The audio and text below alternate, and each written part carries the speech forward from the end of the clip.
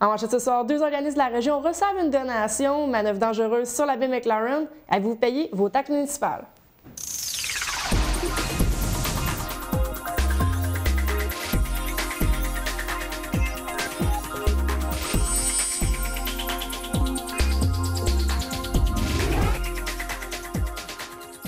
Bonsoir, mon nom est Josiane Hardy, bienvenue à cette nouvelle édition du magazine InfoMag. Ce soir au bulletin, la communauté redonne à la communauté. Je vous explique. Depuis 2008, l'organisme privé sans but lucratif Jam Outaouais aide au rassemblement entourant la musique avec percussion. Depuis sa création, Jam Outaouais participe à de nombreux événements charitables et reçoit des contributions volontaires lors de ces rassemblements. On peut penser entre autres au Relais pour la vie. Ces contributions permettent la location de salles ou de promotions. Avec les fonds, les percussionnistes ont décidé d'appliquer le principe de donner au suivant et redistribuer des fonds dans la communauté. Depuis la mise en œuvre de cette maxime, Jam Outaouais a versé plus de 1 700 $ dans la communauté, justement. Le 3 mars dernier, Jam Outaouais a fait un don à des organismes en leur remettant un montant de 500 $, notamment pour la coopérative Village agricole de Notre-Dame de la Salette. Le centre actuel à Bois-de-Pignam a également reçu ce beau cadeau de la part de Jam Outaouais. Madame Émilie Barrette, directrice du centre actuel, nous partage la mission du centre, mais également à quoi vont servir les fonds reçus. Oui, bien, le centre actuel, on est là pour favoriser l'épanouissement des femmes, puis pour qu'ils prennent leur place davantage dans la société. Au niveau du centre actuel, c'est pour toutes les femmes, différents âges, différentes catégories. On a différents volets, que ce soit au niveau éducatif, au niveau artistique et créatif, que ce soit au niveau du développement personnel, de l'estime de soi. On a également un programme de jeunes mères qui vise un retour adapté, personnalisé aux jeunes mères pendant que leurs enfants ils peuvent bénéficier d'une halte garderie qu'on a dans notre maison. Et en fait, c'est ça, on est là pour promouvoir également l'égalité et une meilleure justice sociale chez les femmes. Nous, on a reçu un appel de Jam Outaouais comme ça, puis ils nous ont dit qu'ils allaient nous offrir 500 $. Donc, on était très contents. Premièrement, on était touchés qu'ils aient pensé au centre actuel. Il y a plusieurs femmes, là, d'ailleurs, dans Jam Outaouais. Donc, on était très reconnaissants, surtout du montant. À savoir, qu'est-ce qu'on va faire avec ces sous-là? Là, on le sait un peu avec les mesures d'austérité. On est un petit peu là, inquiet de ce qui s'en vient.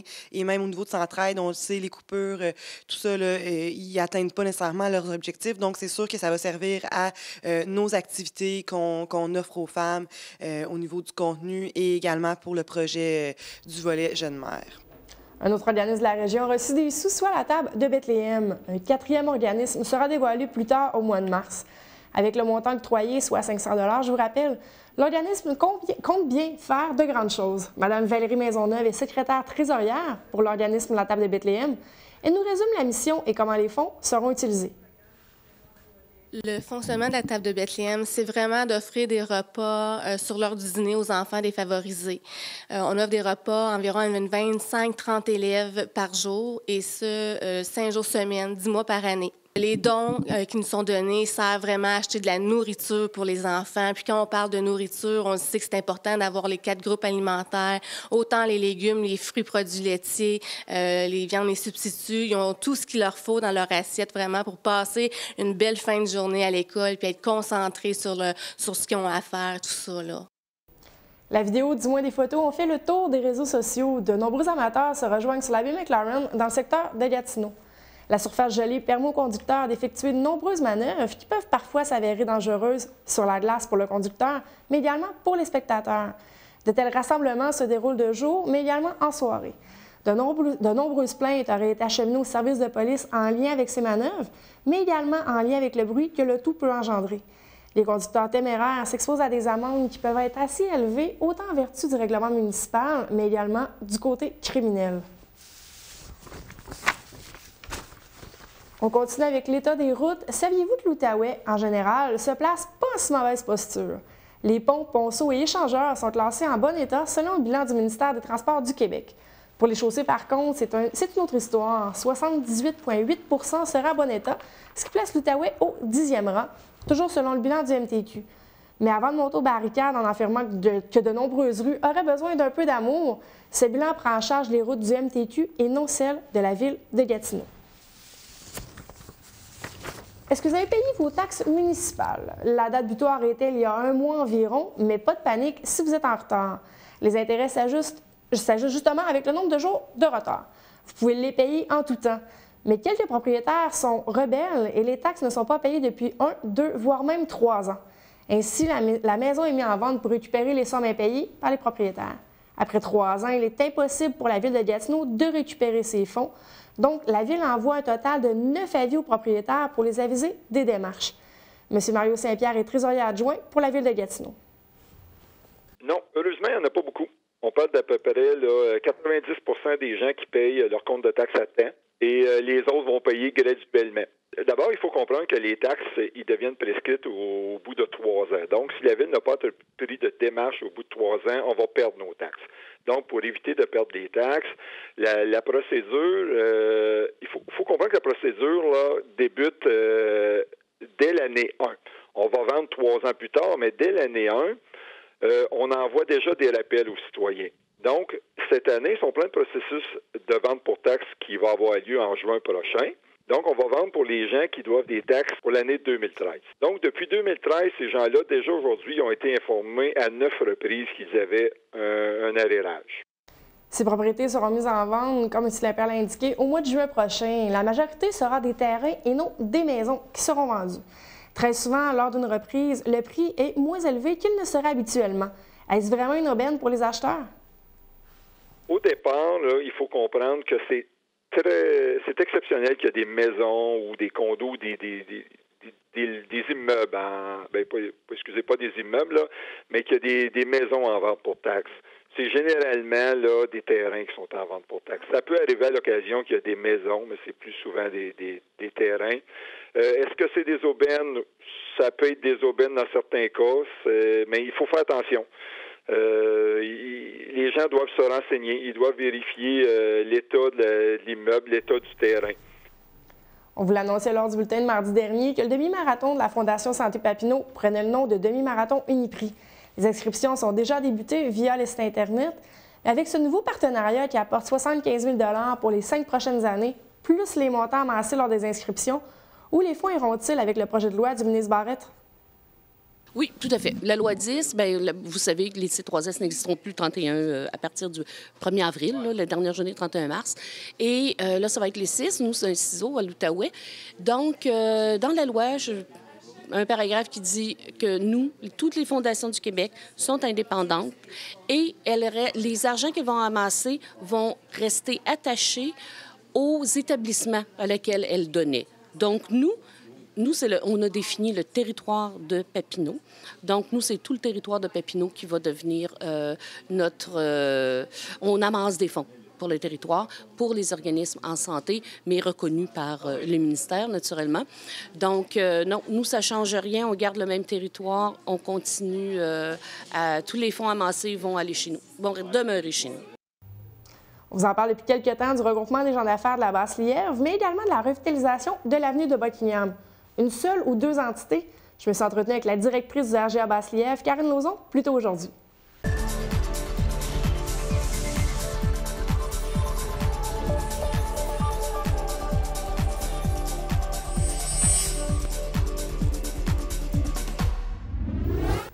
Mme Karine Lauzon, qui est directrice générale du RGA Basse-Lièvre. Bonsoir. Bonsoir. D'abord, le regroupement des gens d'affaires a fait la manchette justement avec le comité de valorisation de l'avenue de Buckingham, le dévoilement de l'identité. Mais j'aimerais ça, d'où votre venue ce soir, qu'on démystifie vraiment les deux. Donc, au tout départ, qu'est-ce que le regroupement des gens d'affaires? Alors, le regroupement des gens d'affaires de la Basse-Lièvre, c'est une association entre les gens d'affaires de tout l'est de Gatineau. On parle du territoire de Buckingham, Masson-Angers et la municipalité de l'Ange-Gardien. Pour l'instant, jusqu'à temps qu'il y ait des développements, parce qu'on est aussi ouvert à augmenter notre territoire au niveau des gens d'affaires aussi. Puis, notre mission, c'est vraiment de favoriser et promouvoir nos membres, mais tout en allant vers le développement économique. Et dans la promotion de nos membres, on le fait vraiment par soit des activités tels que les 5 à 7, où est-ce qu'on fait un partenariat et on accompagne les gens d'affaires à l'organisation de leurs 5 à 7, dans leur commerce pour que les gens puissent visiter les commerces. Et à date, on n'a que du succès. Et entre autres, bien, c'est vraiment pour le développement, favoriser le développement économique de notre secteur. Donc, vraiment en appui au niveau des projets, en soutien ou en accompagnement pour justement certains projets d'envergure, soit domiciliaires ou encore commerciaux. De nombreux commerçants ont pignon sur rue sur l'avenue de Buckingham, et là, ça a fait les manchettes, comme je le disais, en entrée de jeu, pardon. Qu'est-ce que le comité de valorisation, justement, de l'avenue de Buckingham? C'est deux choses, là. Oui, exactement, c'est deux choses. Donc, nous, c'est tout nouveau, c'est depuis 2013, depuis le mois d'octobre, qu'on a proposé au conseil d'administration. Donc, le conseil d'administration, il est vraiment à la tête des deux projets.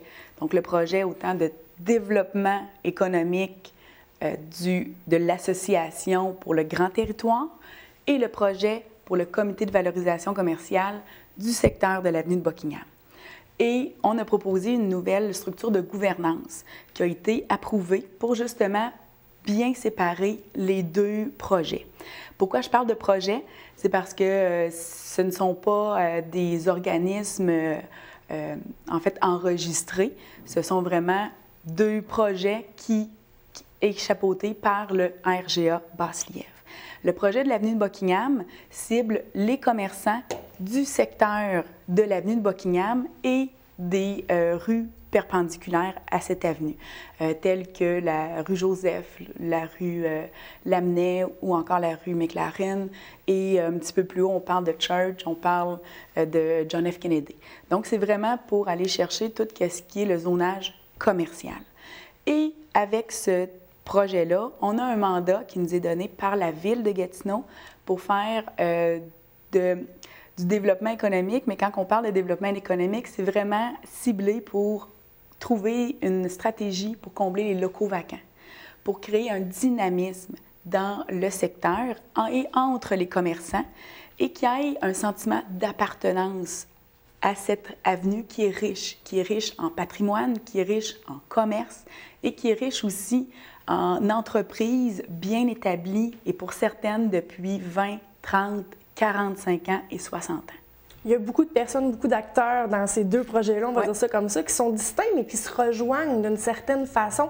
Est-ce que les commerçants ont embarqué dans ce comité de valorisation-là? En fait, je vais vous dire, c'était mon inquiétude au départ et l'inquiétude a été automatiquement enlevée de ma tête, tout simplement parce que les gens se sont intéressés dès le début. C'est certain qu'on s'entend, c'est un virage qu'on vient de faire, et un 180, parce que le but du comité de valorisation commerciale, c'est que les commerçants soient impliqués dès le départ dans tous les projets qu'on va créer pour cette avenue-là. Donc, que ce soit commercial, que ce soit de l'animation, que ce soit pour combler nos locaux vacants, il faut vraiment que ça parte des commerçants, mais selon leurs besoins, pour créer justement cette synergie-là. Est-ce que justement cette valorisation-là était nécessaire à ce point-là pour l'avenue de Buckingham? Oui, bien en fait, nous, depuis la fusion et depuis 2003, on a un protocole d'entente avec la Ville de Gatineau où est-ce qu'on reçoit des sommes pour une base de fonctionnement, mais aussi un montant, une enveloppe budgétaire, je vais dire comme ça, selon les projets qui sont déposés et qui sont acceptés par la Ville. Donc, nous, on relève du service de l'urbanisme et on fait un boulot extraordinaire parce que, justement, on travaille en revitalisation depuis 2003 et depuis 2012, le virage s'est fait vers de la valorisation. Les deux termes ont l'air assez complexes. La revitalisation, c'est vraiment pour créer un dynamisme, pour créer de l'animation commerciale, mais aussi familiale. Celui-là, check, on a réussi parce que, justement, on a créé des partenariats, puis pour créer, justement, les petites folies du Pont Brady. Mais on n'est pas seul dans ce projet-là. Il y a plusieurs autres partenaires. Et, justement, nous, on a maintenant un protocole de valorisation pour valoriser notre secteur commercial. Donc, c'est pour ça que, tranquillement, vous allez voir qu'on s'en va vers un virage plutôt à caractère commercial. On ne vous incite pas à acheter. On fait juste vous informer que l'avenue de Buckingham, il faut la vivre pour la découvrir. Justement, et là, le 18 mars prochain, ce sera le dévoilement du logo pour la revitalisation. Oui. de l'avenue de Buckingham. Qu'est-ce qui s'en vient justement le 18? Là? On va découvrir quoi? Alors, le 18, notre démarche qu'on a faite depuis, en fait, le mois de juin de 2014, c'est une démarche où est-ce qu'on a intégré réellement les commerçants pour qu'ils nous disent à comment ils veulent et à quoi qu'ils veulent qu'elle ressemble l'avenue de Buckingham. Et qui vient aussi en découler de toutes ces consultations publiques-là, des objectifs bien précis et aussi une image. Donc, une identité. On veut donner une identité à l'avenue et au secteur de l'avenue de Buckingham. Comme on en a une pour la RGA, bien distincte, maintenant on s'en donne une pour l'avenue. Lors du dévoilement, on attend environ une 50aine de personnes issues justement commerçants, aussi au niveau du politique, puis au niveau aussi de la population qui veulent voir enfin cette belle image-là. On va pouvoir en reparler justement le 18, oui. Pas le 18 même, mais on va en reparler, c'est certain, dans les prochaines semaines. Exactement. Puis le 18, le lieu est à confirmer, mais ça va être vraiment sous forme d'un beau dévoilement, vraiment pour... ça y ressemble beaucoup, hein? Excellent. Merci beaucoup, Mme Lebon. Merci.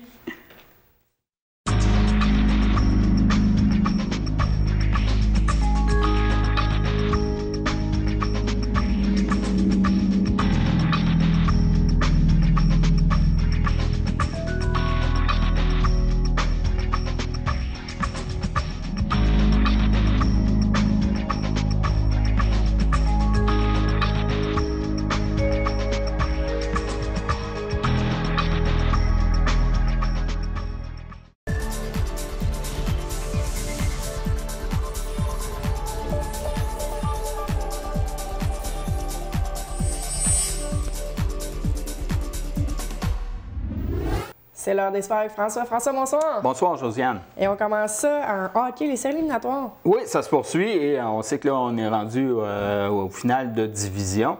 Les Mustangs qui affrontent là, les Golden Knights d'Ottawa-Ouest. Il y a eu un premier match mardi soir dernier. Ça s'est terminé par une belle victoire des Mustangs par le pointage de 6-2.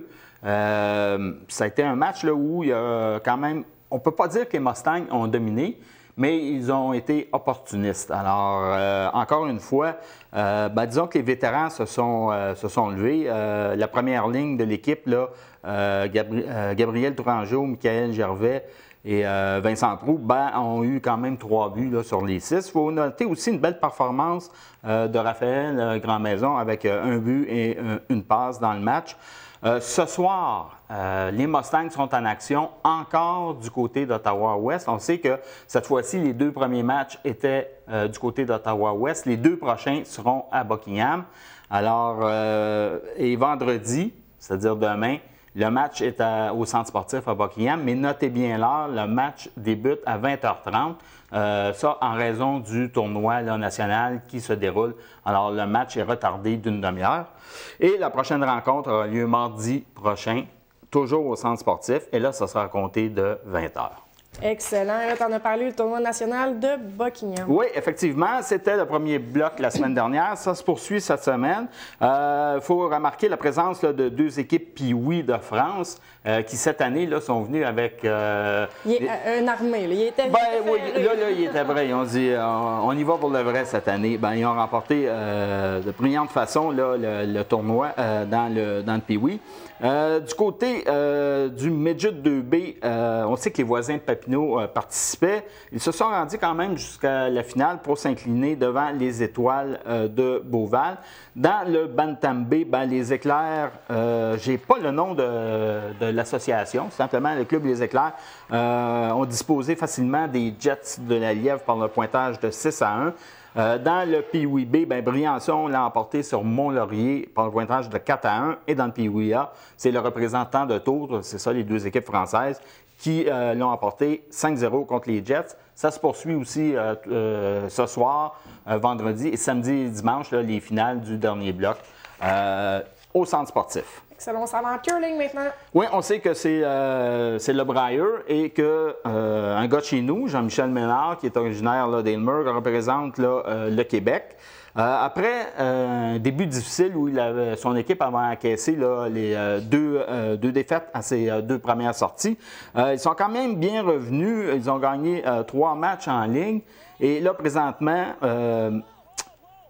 jeudi, leur fiche avant les matchs de soirée est de 6 victoires et 4 défaites. Ce soir, ils jouent contre un adversaire de taille, c'est le représentant de Terre-Neuve-Labrador, et c'est le dénommé Gauchou, Dave Gauchou, qui est là. C'est un ancien champion canadien, un ancien qui est allé aux Olympiques, donc ça ne sera pas facile. Son équipe vient d'ailleurs de battre le champion olympique en titre, l'équipe de Jacobs. Alors, la commande sera grande, mais ils peuvent, s'ils ne se classent pas, parce que présentement, Ménard est 4e, s'ils gagnent, ben là, ils devraient faire partie du carré d'as. Sinon, eh bien, il y aura une chance, dépendant du match de ce soir et des autres équipes, d'appeler ce qu'on appelle dans le bris d'égalité. Et il pourra quand même avancer là, aux séries éliminatoires en fin de semaine. Je vous rappelle que les matchs sont quand même disputés là, à TSN et je pense qu'en fin de semaine, les finales sont à CBC ou sinon, ça va être à TSN. Parfait. Jeux du Québec, l'Outaouais fait belle figure. Oui, effectivement, les karatékas et les gymnastes comme les skieurs de fond et les nageurs synchro là, se sont démarqués. Écoutez, on est premier aux Jeux en karaté pour le nombre de médailles. On sait que la région, là, au niveau karaté, c'est toujours une force. Il faut souligner les performances de Orlan Morin-Marcignoc et de Donovan Giroux qui ont gagné l'or en combat. Et Donovan a récidivé avec la médaille d'or en kata et Orlan avec le bronze. Ce sont des produits du dojo Karaté Kama, là, on sait, de Germain Bisson. L'équipe de l'Outaouais a gagné la médaille d'or au niveau du karaté. Il faut souligner aussi la performance d'Annika Maisonneuve qui a remporté l'or en nage synchronisé. C'est elle qui était le porte-drapeau de l'équipe. Et Elliot Carrière, un jeune homme là, ici de la région, lui a remporté l'or en escrime. Alors, l'Outaouais est 3e avec 42 médailles. Ils tirent derrière, ils sont derrière Montréal et Rive-Sud. Alors, ça se finit là, en fin de semaine. Donc, on ne sait pas, peut-être. Monter au classement, on ne sait jamais. Oui, c'est du possible. Là. Et là, on passe des Jeux du Québec aux Jeux du Canada. Oui, on sait que les Jeux du Canada, il y a en Colombie-Britannique la semaine dernière. Il y a un athlète de Chelsea qui a très bien performé, c'est Catherine Stewart-Jones. On sait qu'elle est allée un peu plus tôt, là, au mois de janvier, au Kazakhstan. Bien, elle est revenue avec 4 médailles. C'est quand même bien pour une participation là-bas. 3 médailles d'argent et 1 en or. Il faut souligner aussi les performances de Simon Lapointe, qui a gagné le bronze au sprint, et Dominique Monsion-Groux, qui a amassé l'argent au relais. En badminton, il y a quand même là, des athlètes locaux qui sont démarqués. Antonin Bergeron, Félix Deblois-Bocage, Paul-Antoine Dosti, Guindon, qui ont eu chacun une médaille. En squash, Dominique Wren a remporté le bronze. Il faut souligner aussi les performances là, des biathlètes Théo Sanchez, Alexandre Dupuis et Lénanie Tam Von Berg qui ont dominé là, pendant les courses. Alors, le Québec, avec tout ça, ont terminé premier. Oh, c'est bien. Avec 141 médailles, dont 62 en or. Donc, félicitations à tout le monde. Et puis, bonne chance là, pour la suite des choses. Parfait, on s'en va en tennis maintenant. Oui, on sait que en fin de semaine, c'est-à-dire cette semaine et en fin de semaine, c'est le tournoi Future du côté de la Sporttech à Hull. Écoutez, il y a quand même, là, il y a le champion en titre, le Britannique Daniel Smethurst, qui est revenu cette année. Lui, il aurait aimé mieux être ailleurs parce qu'on sait que c'est une progression, mais malheureusement, heureusement pour les spectateurs, on l'a avec nous autres. Il y a quand même Jarmir Jenkins, qui est 205 mondial. Alors, et il y a un joueur, ça m'a frappé, ça va juste le prix d'entrée d'aller le voir jouer, il s'appelle Tennis Sandgren. Je veux dire, avec un nom comme ça, peut-être bien qu'il va se ramasser sur le podium dimanche. C'est la 8e édition, il est doté d'une bourse de 15 000 $, c'est quand même bien. C'est la relève du tennis, c'est du bon calibre. Écoutez, un 205e mondial, ça veut dire qu'il est dans le top 20 de son pays. C'est quand même là, des athlètes de haute pointe. Et écoutez, l'admission, c'est 12 $ par jour pour les adultes et 10 $ pour les étudiants. Donc, c'est quand même très abordable. Excellent. L'athlète, la personnalité, le droit, pardon. Oui, il s'agit du skieur alpin Alexis Guimont, qui est un athlète paralympique. Lui, il a remporté 2 médailles d'or aux Jeux du Canada paralympiques. C'est un athlète de 15 ans. Et là, il faut regarder les marges là, dans les victoires. En slalom géant, il a été le plus rapide. Il a devancé le deuxième par 21 secondes. C'est beaucoup. Ça, là, c'est énorme. C'est comme si le gars était encore en haut de la pente, puis monsieur arrive en bas. Et 11 secondes en slalom. Mais ça aussi, 11 secondes, on sait que les virages sont extrêmement serrés. Lui, écoutez, il souffre d'hémiparalysie. Il a subi ça suite à un AVC à 6 ans. Et beau geste de sa part, il a tenu rendre hommage à ses parents, à son frère qui l'a toujours encouragé et à ses entraîneurs. Donc, on le félicite, on lui souhaite bon succès pour la suite. Ski acrobatique maintenant. Oui, c'est un jeune de Saint-André-à-Velin. Félix Bertrand, lui, il a 12 ans, il a gagné son laissez-passer pour les championnats juniors de ski acrobatique en Colombie-Britannique. Il est premier chez les U14, les 14 ans et moins, sur la scène provinciale. Son entraîneur, Édouard Lortie, le compare à Michael Kingsbury, encore peut-être des croûtes à manger. Mais rappelons tout de même que Félix a remporté 15 médailles d'or depuis 2011 sur le circuit régional. Donc, c'est une valeur sûre. Ça fait quand même du bien à l'ego de se faire comparer à Michael Kingsbury, Ben, oui, on va se le dire.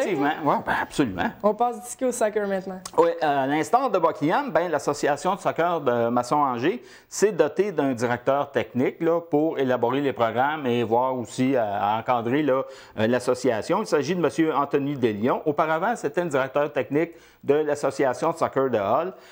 Lui, il est originaire de Montpellier, en France. C'est un entraîneur d'élite qui possède une licence B provinciale. Et comme il dit, ses efforts vont se tenir au niveau des 6 à 11 ans.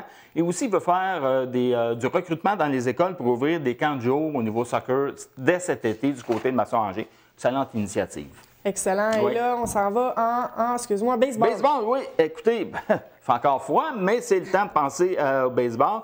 Premièrement, un peu de changement du côté de l'association, un nouveau logo.